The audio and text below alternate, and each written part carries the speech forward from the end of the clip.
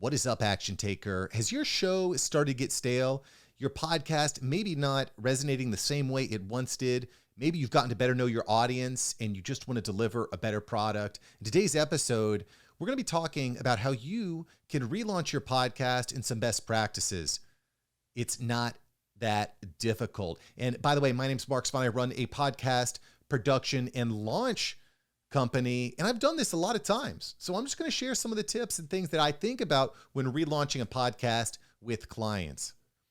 So this question comes from one of my mastermind group members, Lionel Bailey. And by the way, if you're not part of the mastermind, you're doing everything really wrong. It's going to be a much more painful process. It's much slower. It's much more time consuming. Just, $25 a month is all it takes to get into the entry portion of the mastermind. And you're going to get access to me, to other great group members, and you're going to get a shout out just like Lionel Bailey is about to on the show. By the way, link to Lionel's podcast below. So Lionel asks, Mark, I've been thinking about focusing my podcast on issues pertaining military family experiences. However, I want this change to be seamless transition in order to maintain my current audience. What say you? Also, great episode with Seth and Melanie. Lionel, thank you, brother. I'm glad that you enjoyed that episode. So let's break this down. Let's tackle it a little bit. And I also want to give a little bit of context. When I first started my podcast, The After Hours Entrepreneur, this was several years ago, I made a lot of assumptions about what I wanted out of life, about what I wanted out of my podcast. And as I got to better know my audience, as I got to better know you, myself and my goals, my business goals, my show has evolved and is going to continue to evolve. And a relaunch is probably going to happen because you want a podcast that serves you and serves your audience. It's also important to recognize that anytime you change things, like the theme of your show, if you're ever changing from one platform to another platform, you are going to lose people. And that's okay. You got to sacrifice the present for the greater good if you know it's going to meet your needs. I also want to point out that there's a few things that, again, you want to consider here when going through your relaunch. So 3 things I think that are really important to understand. A, riches are in the niches. The number one mistake that new podcasters make is we try to go too broad. This happens literally with every single client that I work with to launch a new podcast. If you're listening, I love you. Let's keep going through it. But this is something that happens every single time I launch a podcast with a client. It's, Mark, I don't want to shoehorn myself. Mark, I don't want to be too narrow. I feel like there's a lot of people that I'm not able to serve with this theme. And I get it. But there's a fine line between being too broad and being broad enough, right? You want to have a large enough audience that people will listen to your show, that they will recommend your show. But if you're too broad, then you just become everything to everyone at all times. It loses the punch that your podcast can really have. So the riches are in the niches. I learned that very early on when I interviewed John Lee Dumas on the show. I'll put a link to that up here because that's a great episode. 2, really important. What is the goal of your show? Why are you doing the show in the first place? And I find that a lot of people don't know the answer to this question either. Why? And oftentimes when I ask this question, people will say things like, well, I want to inspire others, or I want to give back, or there's a lot of people that need to hear this. I want you to cross all that out for a moment, right? There's a lot of selfish people out there. I want to give you permission to be selfish right now. I want to give you permission to be selfish. Okay, permission granted. Selfishness is yours. What do you want from it? Not what does your audience want, but what do you want? Are you trying to attract more clients? Are you maybe thinking about running for some sort of office one day and you want to have some connections? Maybe you want to build a paid community like the Podcast Savant Mastermind community that I run. Like, what is the actual goal? What is your actual goal? And it probably this should be a financial goal too, because a podcast takes time, it takes money. But try to think a few steps ahead. Try to think, what is the actual financial goal that I have? And then make sure that your relaunch is going to correlate with that, right? You want your podcast strategy to be in line with your monetization strategy. Okay. The third thing, and also, again, equally important, is who are you speaking to? Who's your core listener base? And one of the things that I think is really a good idea to think about is putting down a Venn diagram. A Venn diagram meaning 3 circles with overlapping, or you get 4 circles. Like, where is the overlap? And what I mean by that is, on a Venn diagram, when you can put this on paper, it's going to help you to visualize who your show speaks to now and who your show is going to speak to after the relaunch. Okay. So, Lionel, I'm just going to address Lionel straight up, because you, Lionel, are the one who asked the question. So I'm going to answer your question straight up. So Lionel's show now, and forgive me if I'm not completely straight here, Lionel, but show now is speaking to the spirituality, spirituality without all the religion mixed in, right? So that's one component. Now, being ex-military, this new show is going to focus on military families and experience. I would guess there's a lot of overlap. I would think there's a lot of overlap with those core audiences. And what I think that you're doing is you're niching down to the next level. Again, you're going to lose some people. Some people are going to fall off because they're not part of the military family. But the people that are part of the military family are going to be much more engaged, and they're going to be much more likely to recommend the show to other military families. So again, put together a Venn diagram to give yourself a better vision of kind of where your overlaps are. The more you can overlap, the better.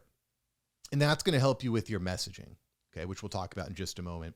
I also want to encourage you, a brand identity guide is something that's always the place to start.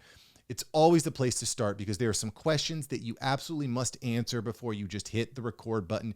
You definitely want to have some strategy behind what you're doing. You don't want to just hit record and start wasting your time, your effort, your money, messaging. It's not going to work. So I'll put a link below so you can download a brand identity guide. This is something that I go through with every client. I go through this with all the mastermind members. I go through this with myself.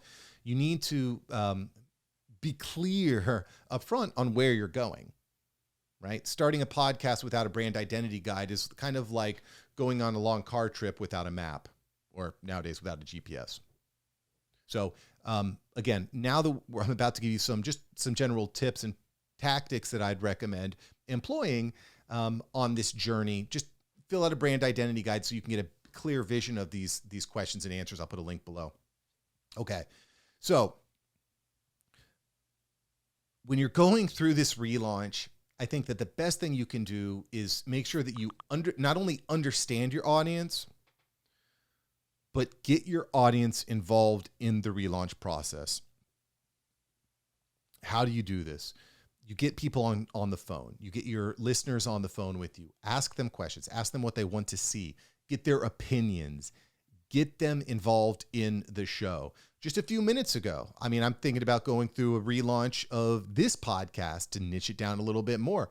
And I just got on a call with a longtime listener. Dave, what's up? It's always good to talk to you, brother. And I asked him point blank, I'm like, hey, what do you want to hear more of? What do you think? What do you think is going to be best for you? What's going to attract you to the show? That feedback I'm going to absorb, took down notes, and now I'm going to go ahead and I'm going to apply that and put it into a spreadsheet where I kind of compare and contrast with all the other notes that I'm getting, right? So again, try to get on calls with your listeners, whether that's, you can do that in different ways, right? Just on social media, getting a call to action on your podcast itself. I'm not going to go too deep into that, but just try to get in calls, try to get in as much engagement as possible. So getting on calls, get people's emails, email it out. If you don't already have an email list, I probably need to record an episode on this, but you should be collecting emails. That's a big one. Run polls. So I love this. And this is something that I see happen all the time, and people love polls. I don't know why. Maybe it's the algorithms like polls, but whatever your social media platform of choice is, whether that's Instagram, LinkedIn, Twitter, whatever it is, you should be running polls. And on these polls, you want to get your audience's opinion. Ask for their opinion, get them involved, make them feel like they're actually part of the show. They're actually part of the construction of the podcast. I would strongly encourage you to consider doing that. So that would be a big one. If a lot of people are not for it, well, you might want to take a step back and think about it, Lionel, because, maybe you're going in the wrong direction. In your case, I'm 100% sure that you're not. I love the direction. I think it's needed too. So I like it. Okay. Next tip would be kind of like a poll. Share different images. As you're kind of going through your various show art, share different pieces of show art. Get people kind of excited. Like, let them know that something's coming. Build up a little excitement. Let people choose, image A, B, or C. Which piece of show art do you prefer? Right? This is the kind of stuff that people like. People love, believe it or not, people love sharing their opinions. Go figure. Speaking the language of your audience, I think, is the other big piece of this puzzle. To make this work, you really need to understand the language that your audience speaks. And by language, I mean show the empathy, show that you understand. I was working with another client on this. She's releasing an art podcast. It's focused on women in art.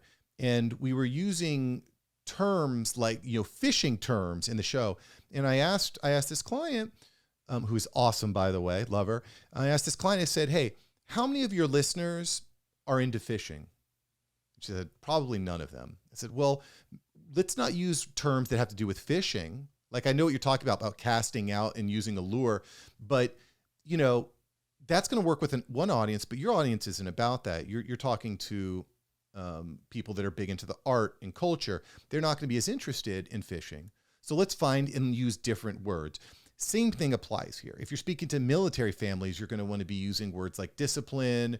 The words better than I do, despite my father being in the Navy, but duty, call of duty, you might, firearms are probably going to be a topic of your conversation. Deployment is going to be a piece of the conversation. And what are the words that are shared around the family table? When you're speaking to other military families, what are their fears? And you want to try to get deep into those fears by using the language that these people in your audience speak. Speak the language of your audience. And that, my friend, is how you relaunch a podcast. So again, fill out your brand identity guide, link below. That'll be a huge thing for you. Join the Podcast Savant Mastermind. It's only $25 a month. You're going to love it. You're going to get a lot of feedback. You're going to get, you're going to avoid the doldrums of 0 downloads and tons of wasted time. And you're actually going to learn the tips and tactics that are going to make it work for you. I've been doing this a long time, and I've got some great members in the group too that are here to help you grow your show. What are you waiting for? In fact, I'll give you hit me up at contact@marksavantmedia.com if you're unsure. That's contact@marksavantmedia.com if you're not sure. And if you are unhappy with the purchase, I will refund you after the first month. I don't care. I just want to help you. All right. Again, selfishly, I want to help myself too, because this community is great and it generates income. But for you, email me, you reference this show. If you're not happy after the first month, I'll refund you. All right. In the meantime, thanks for listening. Go take action and launch your own awesome show. I'll catch you next time. Peace.